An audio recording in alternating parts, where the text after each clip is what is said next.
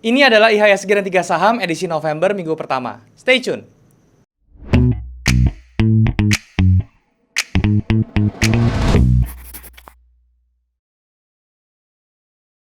Halo guys, balik lagi sama gue Daryl di Distillery Channel. Dan kita masuk ke segmen IHSG dan 3 saham. Buat kalian belum tahu, ini adalah segmen membahas kondisi IHSG dan juga saham-saham yang kira-kira bisa dijadikan referensi untuk tradingkan selama 1 minggu ke depan. Tapi sebelum gue mulai, gue mau ingetin buat kalian belum punya grup trading, kalian bisa join di grup trading gue di aplikasi Discord. Linknya ada di bawah. Kalian tinggal klik link tersebut buat join dan kemudian kita bisa langsung diskusi bareng di sana.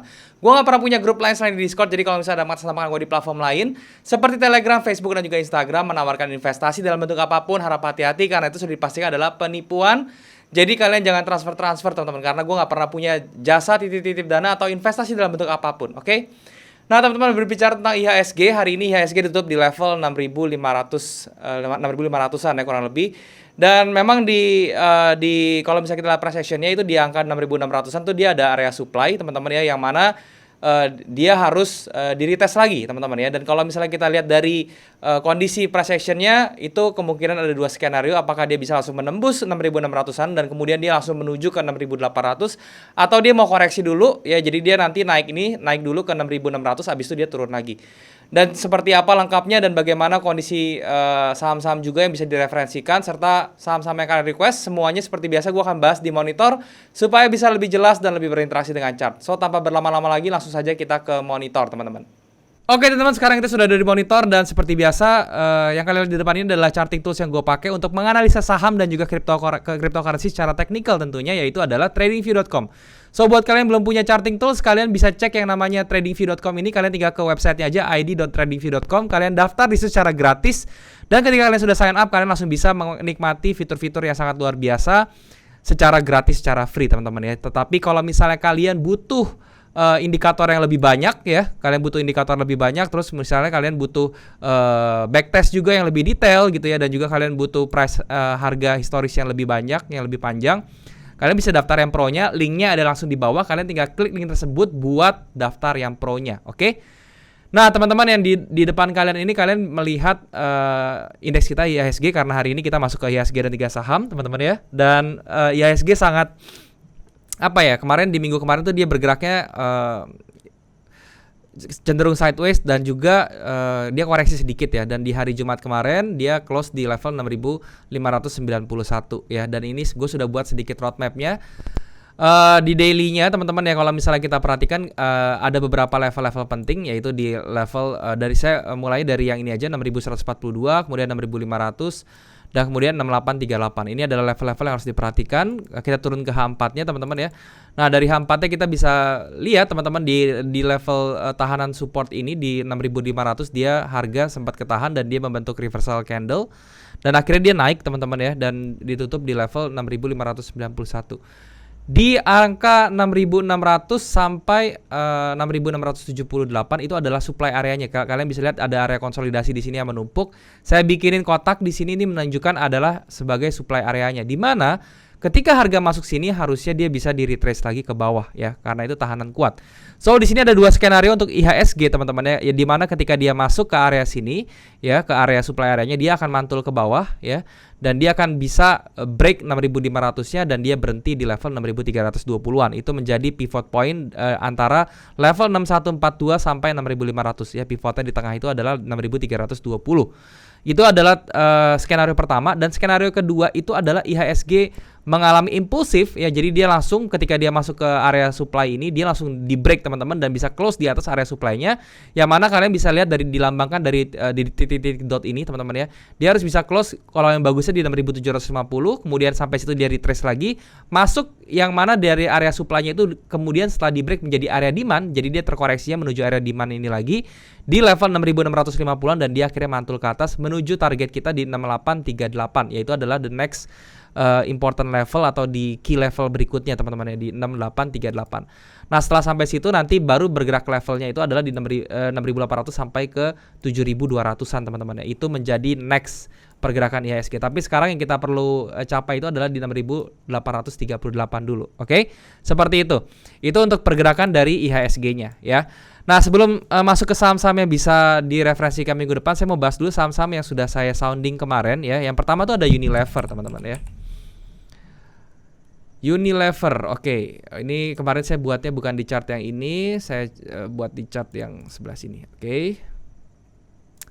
Nah, Unilever pertama.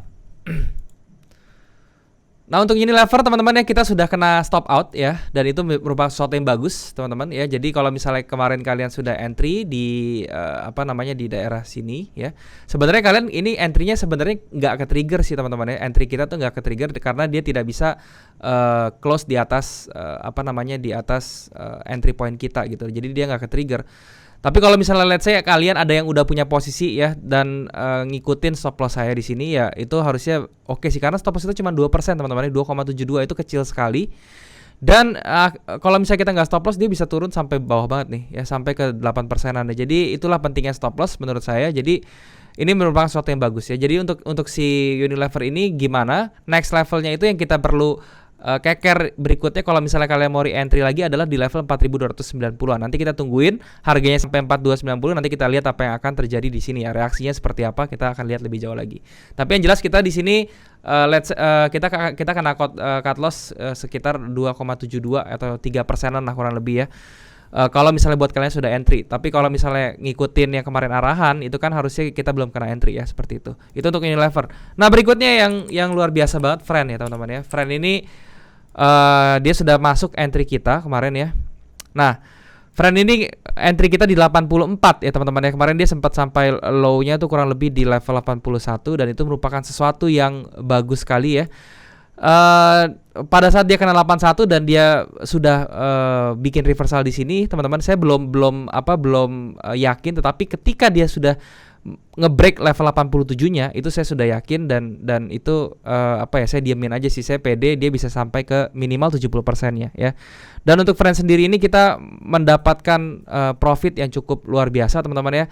Target kita masih belum kena 38%, tapi di sini karena saya sudah kena 70%-nya, saya sudah ambil sekitar di 25%-an teman-teman ya. 25 sampai 26%-an di harga 105. Kemarin saya sudah ambil separoh teman-teman ya, separoh. Sisanya saya biarin, dan tentunya stop loss-nya saya trailing teman-teman ya. Saya BEP, enggak saya BEP doang, tapi stop loss-nya saya pindahin sampai ke level 100. Ya, jadi di sini kasusnya adalah stop loss-nya sudah saya geser ke 100, sehingga kalau misalnya dia retrace sampai 100, saya langsung ambil aja semuanya. Ya, jadi saya dapat untung yang bisa maksimal ketika dia bisa ngejar ke TP-nya di 36%, dan juga ketika dia balik lagi ke bawah, kita nggak kehilangan profit kita, malahan kita sudah profit maksimal di setengahnya, dan setengahnya kita profit di angka 100, itu lumayan. Oke, seperti itu untuk Friend-nya.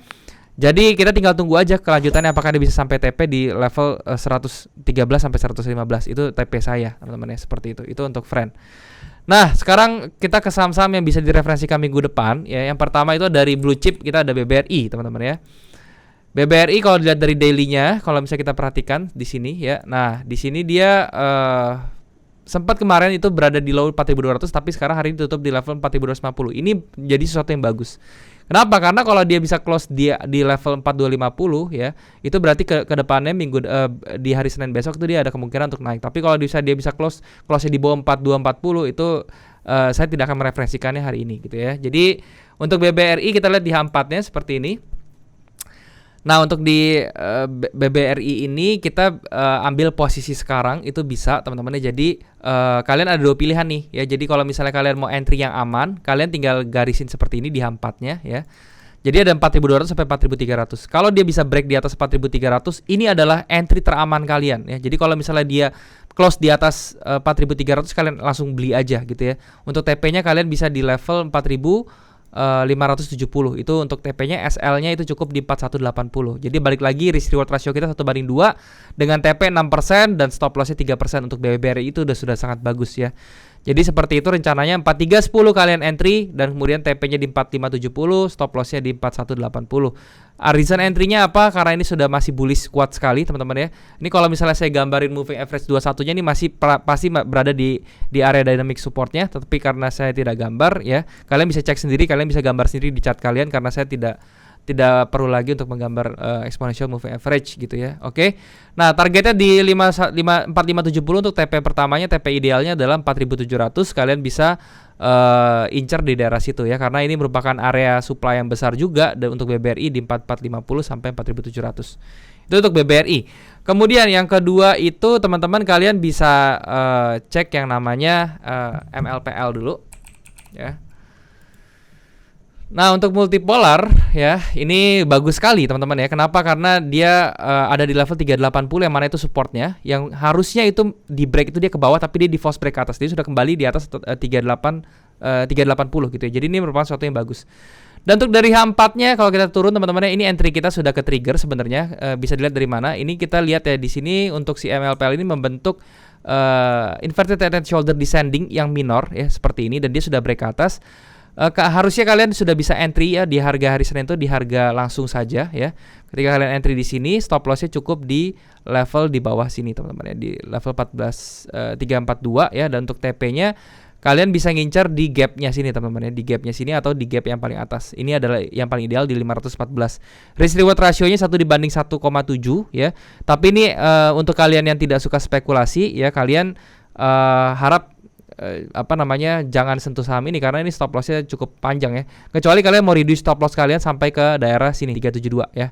Jadi ada dua cara permainan untuk si MLPL. Kalau misalnya kalian mau main averaging, kalian bisa stop lossnya di bawah. Tapi kalau kalian mau main stop loss yang cukup ketat, kalian cukup aja di 372 untuk SL-nya. Karena apa? Karena 380 itu adalah level support yang sangat krusial sekali. Jadi kalau dia kembali ke bawah itu kalian sebenarnya tidak usah pegang lagi saham ini, kalian tinggal stop loss aja gitu ya.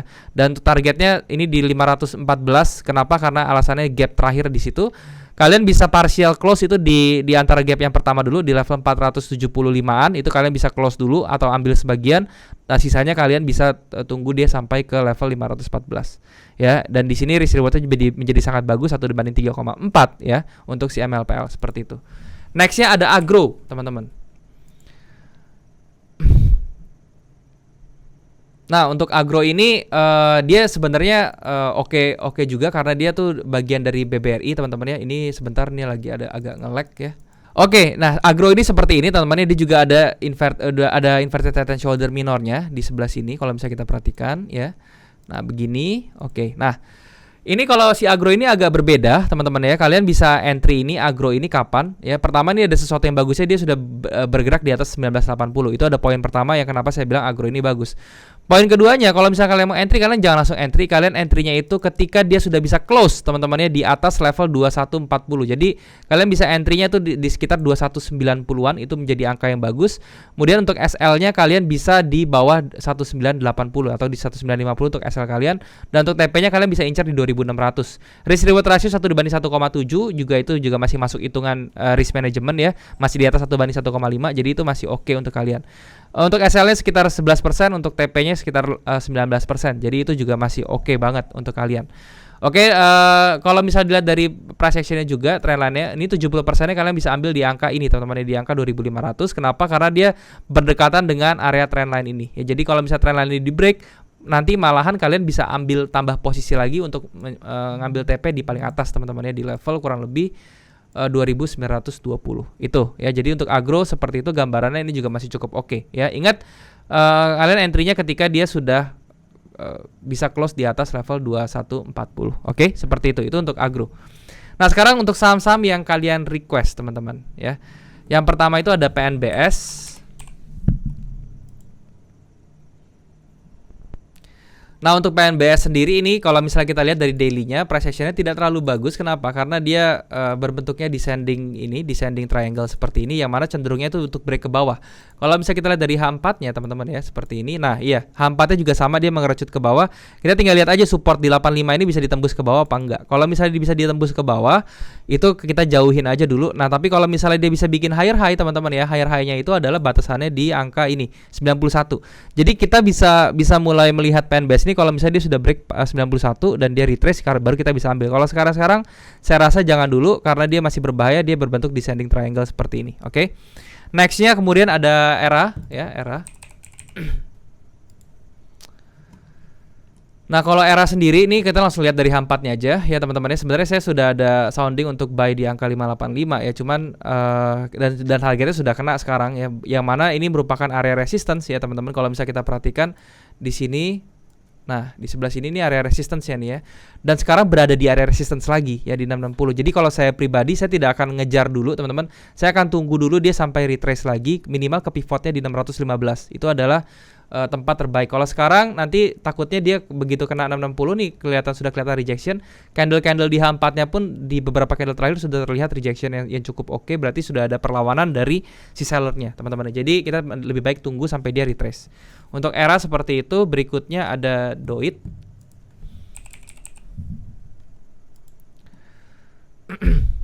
Nah, untuk DOIT ini cukup oke untuk diperhatikan. Kenapa? Karena dia sudah berada di level support teman-teman ya. Level supportnya adalah di 290. Jadi kalau misalnya kalian mau entry sekarang itu bisa. Kalian entry di harga sekarang, terus kemudian stop lossnya cukup di level sekitar 284. Jadi 4% aja. Dan kemudian untuk TP-nya kalian TP pertama bisa di 326, itu di 10%. Dan kemudian TP finalnya itu bisa di 352, yaitu 18% atau 19% ya. Untuk risk reward rasionya yang ideal ini 4,1 dibanding 4,6 ya, itu juga cukup bagus. Kalau yang minimalnya itu 1 dibanding 2,8, itu juga masih bagus. Jadi kalian tinggal sesuaikan dengan money management kalian seperti apa. Itu untuk si DOIT. Berikutnya ada BJTM. Nah, untuk BJTM ini sendiri dia sudah kena level supportnya juga teman-temannya di sini, yang dimana di sini jadi support ya, kemudian di sini jadi resistance, dan ini jadi support juga ya. Yang itu berarti ini bisa dibilang 740 itu adalah key levelnya si BJTM. Dia sudah naik teman-teman ya, si BJTM ini. Apa yang kita harus lakukan berikutnya ya, kalau misalnya kalian mau kejar sekarang ya, saran saya itu tunggu dia break structure-nya dulu aja ya. Jadi dia di sini ada satu structure di sini, dan di sini juga ada gap ya. Kalau kebetulan teman-teman, kalau misalnya kita perhatikan di H4-nya ini ada gap yang harus ditutup ya. Jadi kalau misalnya gapnya ditutup nih, sudah bergerak di atas 800, kita baru boleh untuk pertimbangan entry. Kalau sekarang takutnya nanti begitu di level 790-an ini dia nutup gap di 800, dia di retrace ke bawah. Nah, itu yang berbahaya. Itu pun nanti kalau dia di retrace sudah sampai 800 di retrace ke bawah, kita masih bisa mencari entry point. Yang mana itu entry point-nya akan menjadi lebih baik dibandingkan yang sekarang gitu ya. Untuk BJTM seperti itu kita mesti sabar dulu sedikit. Next-nya teman-teman ada ADMF.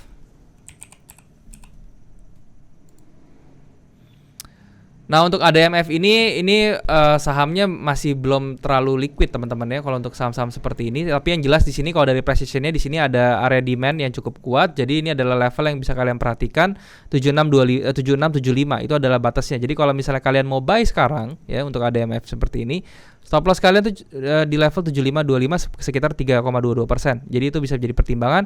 Dan untuk TP-nya kalian bisa di high-nya di sebelumnya di 8.500. Risk reward rasionya 1 dibanding 2,9 ya. Jadi ini masih oke juga untuk di entry sebenarnya, walaupun sahamnya tidak terlalu liquid ya. Cuman yang kita bisa pastikan di sini secara price action, secara technicals-nya dia masih belum break trendline ini. Jadi kalau misalnya dia sudah, let's say kalian beli di sini terus dia bisa bikin higher high di sini dan bisa sampai ke 8.100-an, itu berarti sesuatu yang bagus. Kenapa? Karena dia sudah break trendline bearish-nya. Ini cukup kalian perhatikan dan kalian bisa entry nanti hari Senin dengan planning seperti ini, teman-teman ya. Untuk ADMF seperti itu. Berikutnya Inco. Untuk Inco sendiri ya, kita lihat di sini ada area demand yang harusnya ditembus kemarin tapi dia malah break ke bawah.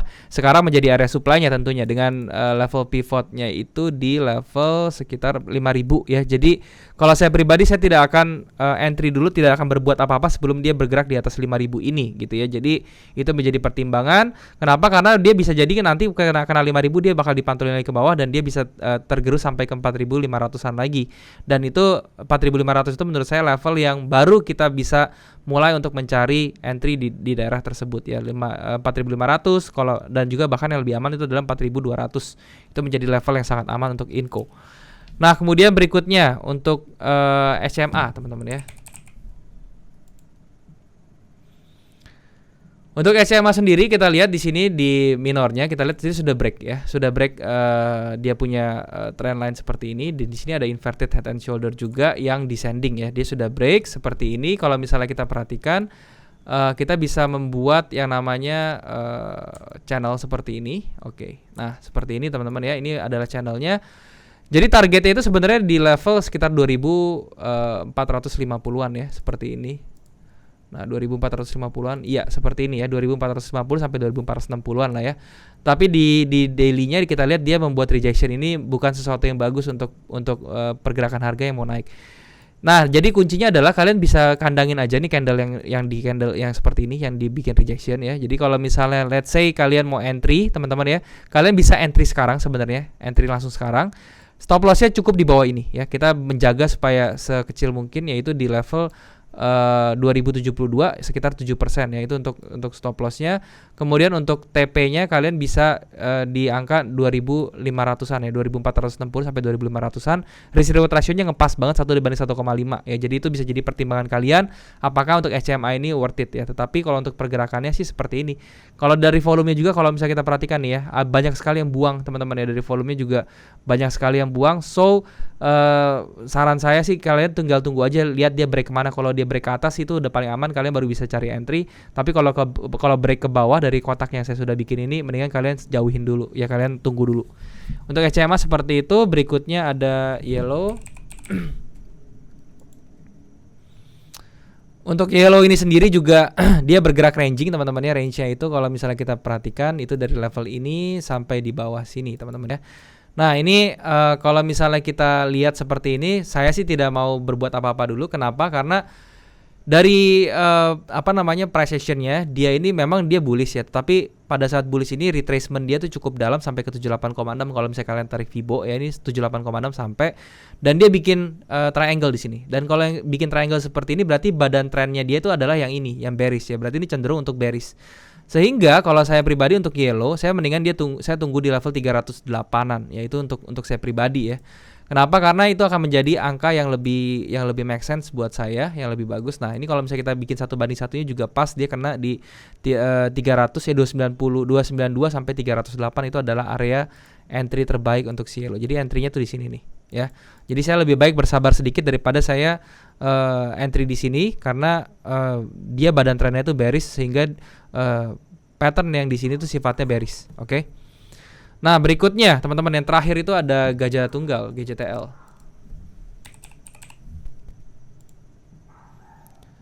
Oke, untuk gajah tunggal ini sendiri ya, kalau misalnya kita perhatikan di sini dia sudah bikin satu channel ya seperti ini.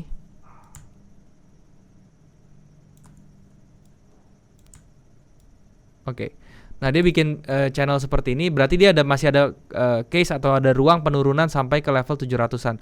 Dan kalau kondisi seperti ini kita lihat ya, di sini tuh ada level support yang cukup oke, menahan harga di sini, dan di sini ada fake out, tetapi harganya bergerak di bawah level pivot ini di level 745, dan ini bukan menjadi sesuatu yang bagus untuk GJTL. Kenapa? Karena begitu once dia mau naik pun ya, dia akan bisa kemungkinan terhenti di level ini ya. Kemudian dia begitu terhenti, dia bisa dibanting lagi ke bawah menuju ke level supply area yang besarnya di angka 700 ya. Jadi 650 sampai 700 itu adalah area supply yang besar untuk gajah tunggal. Jadi mendingan, kalau saya pribadi, saya mendingan tunggu sampai dia bergerak ke area tersebut, baru kita bisa cari entry-nya di mana gitu ya. Oke teman-teman, jadi itu saham-saham yang kalian request sudah saya bahas semua. Semoga bisa bermanfaat teman-teman. Dan sekali lagi kalian harus sesuaikan dengan money management dan juga trading management supaya hasilnya bisa lebih optimal. Oke, terima kasih teman-teman. Saya rasa cukup dulu. Sekarang kita balik lagi ke kamera. Oke teman-teman, jadi itulah pembahasan gue tentang IHSG dan juga saham-saham yang kira-kira bisa jadikan referensi untuk tradingkan selama 1 minggu ke depan. Gue juga sudah bahas saham-saham yang akan request. Semoga apa yang gue sharing di sini bisa bermanfaat untuk kalian dan kalian bisa belajar sesuatu dari video ini juga. Tapi sebelumnya gue mau ngingetin juga teman-teman, gue bukan financial advisor. Jadi apapun yang kalian ambil di sini kalian harus sesuaikan dengan risk rewardnya, harus sesuaikan dengan risk manajemennya juga, dan juga trading management. Apa yang gue bahas di sini itu hanya pandangan gue sebagai trader di saham teman-teman ya. Jadi kalian jangan ditelan mentah-mentah. Dan juga kalau misalnya kalian belum punya grup trading, kalian bisa join di grup trading gue di aplikasi Discord. Linknya ada di bawah. Kalian tinggal klik link tersebut buat join. Dan kemudian kita bisa langsung diskusi bareng di sana. Gue gak pernah punya grup lain selain di Discord. Jadi kalau misalnya ada merasa tambahkan gue di platform lain seperti Telegram, Facebook, dan juga Instagram menawarkan investasi dalam bentuk apapun, harap hati-hati karena itu sudah dipastikan adalah penipuan. Kalian jangan transfer teman-teman. Oke, jangan sampai ketipu. Dan juga kalian bisa subscribe channel ini kalau misalnya kalian merasa channel ini bermanfaat untuk kalian. Kalian juga bisa bantu like video ini dan juga share ke teman-teman kalian yang lain yang kira-kira membutuhkan informasi dari video ini. Kalian juga bisa komen di bawah kalau misalnya kalian merasa ada yang kurang dari video ini, atau kalian mau request tentang saham atau apapun yang mau gue bahas ke depannya. Selama itu berhubungan dengan saham, forex, dan juga kripto, gue pasti akan baca komen kalian dan gue akan usahakan untuk bikin kontennya buat kalian. Nah, sampai sini dulu aja teman-teman videonya. Semoga sekali lagi apa yang gue sharing di sini bisa bermanfaat untuk kalian. Thank you sekali lagi buat kalian yang sudah menyempatkan diri untuk nonton video ini. Sampai jumpa di next video. Jangan lupa semua orang bisa cuan. Salam sukses. Bye-bye.